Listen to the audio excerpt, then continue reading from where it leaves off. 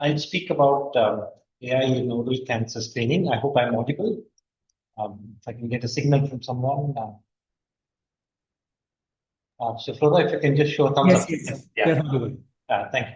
Yeah, so I'm Rajesh Sundaresan from the Indian Institute of Science, and also Tanu, as Sriram pointed out at the beginning of this session. What I'm going to present is some activity that we have been doing in AI for oral cancer screening. We have a lot of work along the lines of what Flora pointed out, infectious diseases modeling as well. But today I'll focus our attention on AI for oral cancer screening. Acknowledgements from the Ministry of Education, Cisco IISc Center for Network Intelligence, Kotak IISc AI Center, ARPAC, Biocon Foundation for the support as well. A little bit about the motivation for our work. I'll just keep track of time as well. So India has about a third of the oral cancers in the world, and about 1.2 out of 3 of the oral cancer deaths. That's 2/5. Oral cancer is one of those diseases where early detection helps improve outcomes. However, what happens is that 80%, in India at least, 80% of the oral cancers are diagnosed at an advanced stage due to poor access to specialists in many low-resource settings. And as a consequence, there is delayed diagnosis and poor outcomes. So if detected early, the 5-year survival rate is 80%, but if detected late, like the 80% of the cancers, the survival rate is much lower. What we need to do is improve access. There are strategies by working with the frontline healthcare workers or the mid-level health providers to improve access. However, the frontline healthcare workers are overburdened, and also when they do the oral visual examination, the results are quite subjective. So the picture on the right at the bottom sort of indicates the kind of training that has been given to the frontline healthcare workers. In the last 15 years or so, there have been significant improvements in telecommunications networking, and perhaps we can essentially have the frontline healthcare workers tap the expertise of remote specialists through better communication networks. But what better than actually having this expertise be in the hands of the frontline healthcare workers if we can bring AI to help with this activity. So perhaps an AI-powered point of care tool can enable early stage diagnosis. And if we do it then and there, perhaps it can improve can enable better diagnosis and improve survival. So this is precisely what we have gone and done. We've actually tried to build an AI model for oral cancer screening and a particular app where the frontline workers can enter metadata associated with the participant or with the person that's being screened, capture images, and this is the picture on the right of a frontline healthcare worker taking the image of the oral cavity. Once these images are taken, perhaps then and there, a classification could come. It could be in the form of what are suspicious or not suspicious for further referral. And later on, there are also things like high risk and low risk, and I'll explain them in the next slide. The purpose or the aim is actually to make this AI be as close or match a telespecialist's expertise. So a telespecialist actually diagnoses these as the various things that are there. There are about 11 categories: normal, benign. Perhaps there are other kinds of effects, all of which would be not suspicious. And then the suspicious ones would be these various diagnoses that are there, starting from tobacco pouch keratosis all the way to oral squamous cell carcinoma. There's also a further partition of low risk and high risk among them. And all of these low risk or high risk would essentially be diagnoses that would be referred to a specialist for further care. So what we did was we built an AI tool based on data that was shared to us by the Biocon Foundation. There were about 30,000 images, and these were labeled in these finer grained way by oral medicine specialists. However, our goal was somewhat lesser, just to say not suspicious or suspicious, and later on we would do a high risk, low risk classification as well. So here is an image that is the image of a normal oral cavity. There are no suspicious lesions here. In this one, you can see that there are some lesions, and this one would be a lesion that would be referred, but it would be something that's a low risk lesion. One perhaps anticipates that with some care, some of the issues here would recede. Whereas this one requires immediate care, it's a high risk lesion.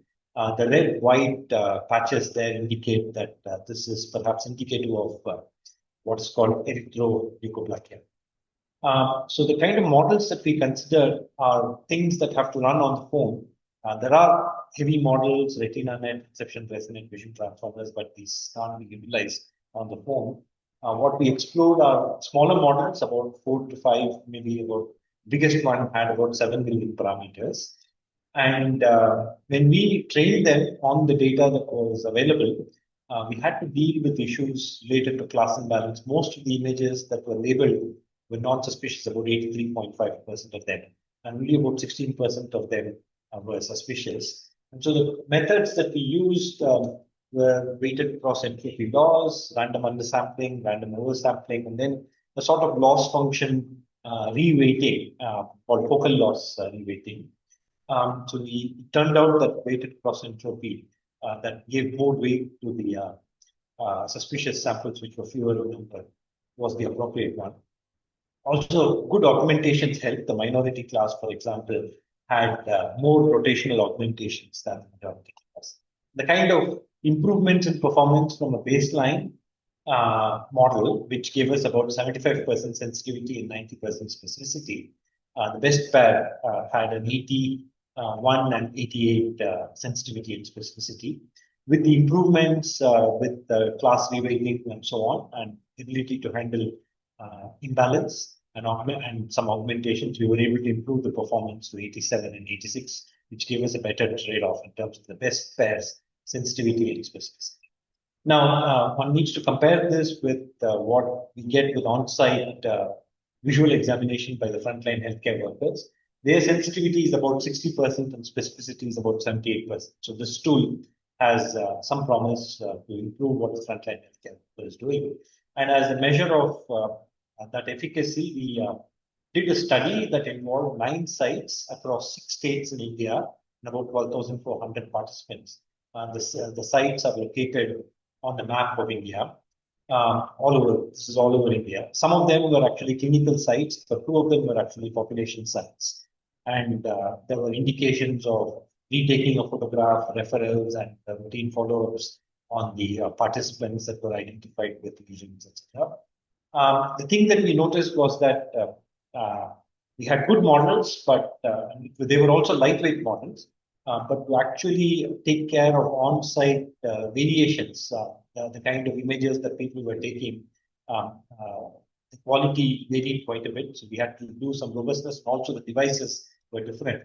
One of the challenges was we noted a domain shift. The images on which we trained had a red, green, and blue distributions of the sort that's there on the left image. But on the right, on the field, we were actually seeing somewhat different sorts of distributions. And so we had to essentially do some modifications. So the specific modification that we did was a white balancing that ensured there was a significant blue shift. So the white balancing enabled us to take the learnings from the training data to the field setting as well. And so we were able to get back our 86% sensitivity and specificity, which otherwise was lost. The sensitivity dropped to a somewhat lower value when we did not do this white balancing. And just to tell a little bit about interpretability, and then I'll stop. So we use several methods to check how interpretable our models were: GradCam, attention maps, and occlusion testing. I'll only present the outcomes from the GradCam. So on the left is an image which has a mix of white and red. So that would be erythroleukoplakia situation, and it's a high-risk lesion. On the right is an annotation or a segmentation that has been done by a specialist that says that this is the region of interest that led to this being marked as erythroleukoplakia. Our algorithm also indicated that this is a suspicious lesion. In fact, it's a high-risk lesion as well.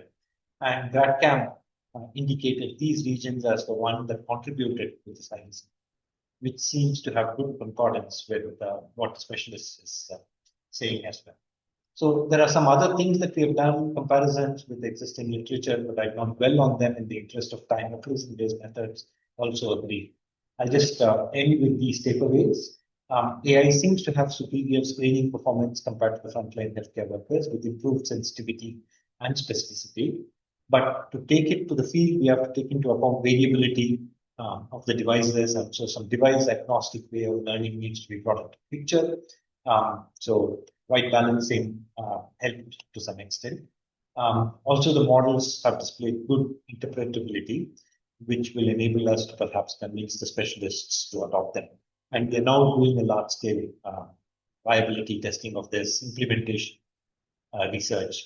Will people adopt this particular technology? What are the barriers for its adoption? And what can we do to essentially have an improved coverage? Currently, oral cancer screening coverage is about 1% to 3%. We would like to bring it to 10% on India. So there are works. Thank you very much. I'll now hand it over to the next speaker, and one of us will be available at the end of the meeting to answer questions.